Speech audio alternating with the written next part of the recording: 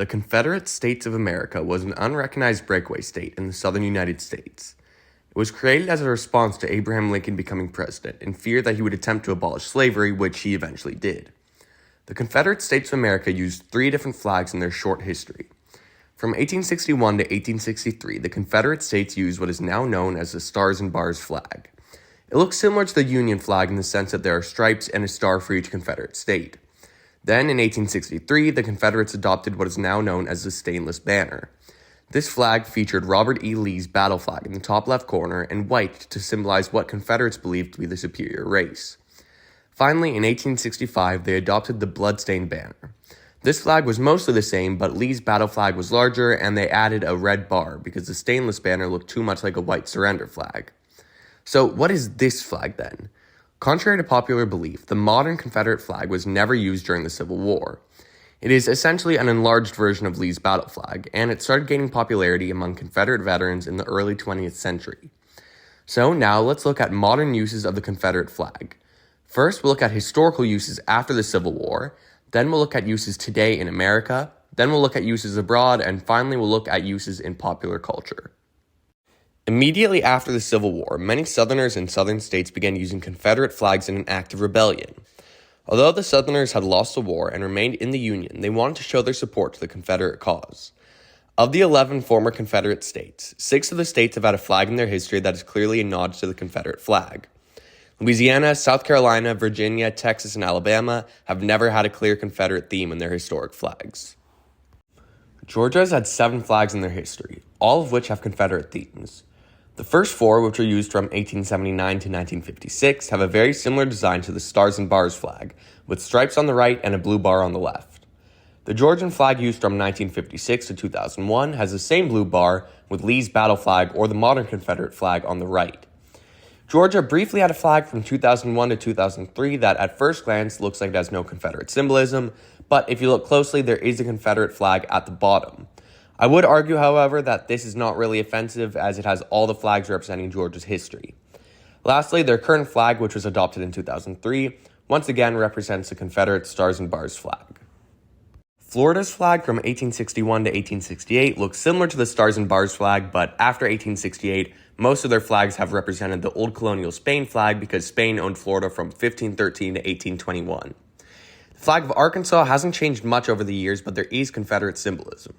The star above the word saying Arkansas represents the Confederate States of America, and the 3 stars below the words represent the 3 countries that have controlled Arkansas: Spain, France, and the United States.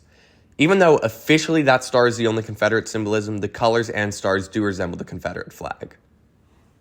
During the Civil War, Mississippi's flag was this monstrosity, which looks like a kindergartner drew it. Then they didn't have a flag for a while, but in 1894 they adopted this flag.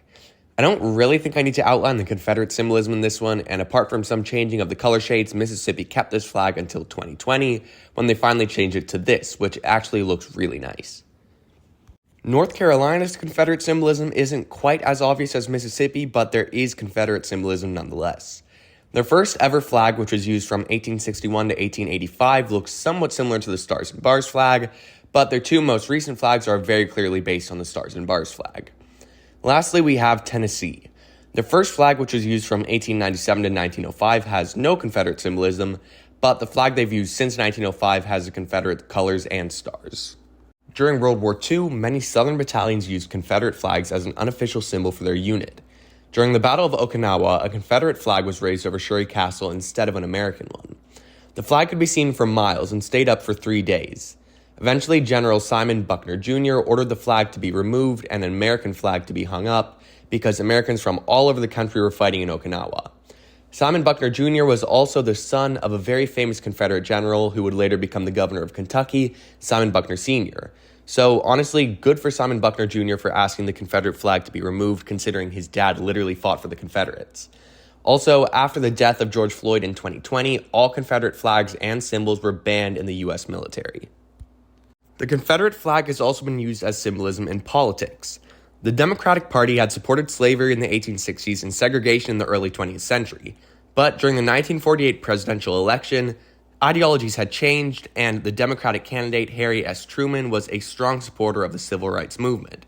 Several Southern Democrats left the party and created a new party called the Dixiecrats. Strom Thurmond was the presidential candidate, and Thurmond actually would become the oldest ever person in the Chamber of Commerce at 100 years old. But that's unrelated, just a cool little fun fact. The Dixiecrats used the Confederate flag as their symbol, which was one of the large reasons it was repopularized. And the Dixiecrats actually managed to win the states of Louisiana, Mississippi, Alabama, South Carolina, and an electoral vote in Tennessee. Thankfully, Truman managed to win the election, though. Since the Dixiecrats repopularized the flag in 1948, the flag is very common in the Deep South. There have been many times where my family and I drove from our home in Canada to Florida, and every time we saw our first Confederate flag, we knew we had reached the Deep South. Although Confederate flags are pretty common on houses, cars, clothing, etc. in the Deep South, you may even see Confederate flags in other parts of the states. Many people have hung up Confederate flags in the northern or western United States. This is largely because of Southerners who have spread across the country, but in a lot of cases, I couldn't find any info on why people actually do this. And I will tell you, I'm not going to be knocking on some guy's door who has a Confederate flag hanging up and start questioning him on why he's doing that. That sounds like a great way to get shot. Whether the Confederate flag is a symbol of racism or a symbol of Southern heritage is one of the largest political debates in America today. One of many, may I add. I'm not going to talk about the debate for too long because this is a historical video, not a political one. But most Northerners, myself included, believe that it's a symbol of hate and represents supporting the institution of slavery. To me, it honestly feels just as bad as hanging up a swastika. Many Southerners believe that it represents their heritage and does not symbolize racism, however. A 2020 poll in the former Confederate states show that Arkansas and Louisiana see the Confederate flag as a symbol of heritage, and Tennessee, Mississippi, South Carolina, North Carolina, Texas, Georgia, and Virginia see the Confederate flag as a symbol of racism. Alabama and Florida are split 50-50. Now, it shouldn't be a huge surprise that the Confederate flag is commonly used in the United States, but it may shock you how much it's used abroad as well. Many European white supremacist, neo-Nazi, or fascist groups use the Confederate flag as symbolism. Public display of swastikas or Nazi symbolism is banned in many countries, even some countries that were not involved in World War II, so many white supremacist and neo-Nazi groups use Confederate flags instead. Confederate flags are also common among Italian football club Napoli's fans. When an Italian historian was asked why Napoli fans do this, he said, "We too are defeated people. Once we were rich and an independent country, and then they came from the north and conquered us and took our wealth and power away to Rome." So apparently many Southern Italians feel they were screwed over by the North, similar to how many Southern Americans feel. The Confederate flag and Confederate symbolism is also very common in Americana, Brazil. Americana is a town in Brazil that was settled by Confederate soldiers after the war because slavery was still legal in Brazil at the time. Because of this, the town is very proud of their Confederate heritage and even holds Confederate festivals to this day. For many years, their flag and coat of arms also had a Confederate flag in it. Finally, let's look at the use of Confederate flags in pop culture. Many TV shows and movies have used a Confederate flag, but most famously, the Dukes of Hazzard TV show uses it a lot. In the show, Bo and Luke's 1969 Dodge Charger is nicknamed the General Lee after Robert E. Lee, and has a large Confederate flag on the top of the car. One thing I've noticed as well is that Ray in the Trailer Park Boys has a Confederate flag on his wheelchair. Considering this is a Canadian show, I was wondering why this was, and although the creators of the show have never talked about it, the general consensus is Ray is meant to represent literal human waste, a complete piece of trash, so they probably just added this to make him more hateable. Many musicians have used or still use the Confederate flag as well, such as Lynyrd Skynyrd, Pantera, Ray Campi, Dwayne Eddy, Tom Petty, and Kid Rock. Tom Petty, Kid Rock, and Ray Campi have since stopped using it, but Kid Rock is literally from northern Michigan, so he really had no excuse. At least the rest of these musicians are from the South. Lynyrd Skynyrd still uses it often, though. Whether you believe the use of the Confederate flag is justified or racist is up to you, but the current amount of uses for the flag is pretty crazy. I hope you enjoyed the video. I usually make content on TikTok, but a video like this is too long and would definitely get taken down because TikTok is very sensitive, and I need to be very careful because I already have a couple community guideline strikes from historical content.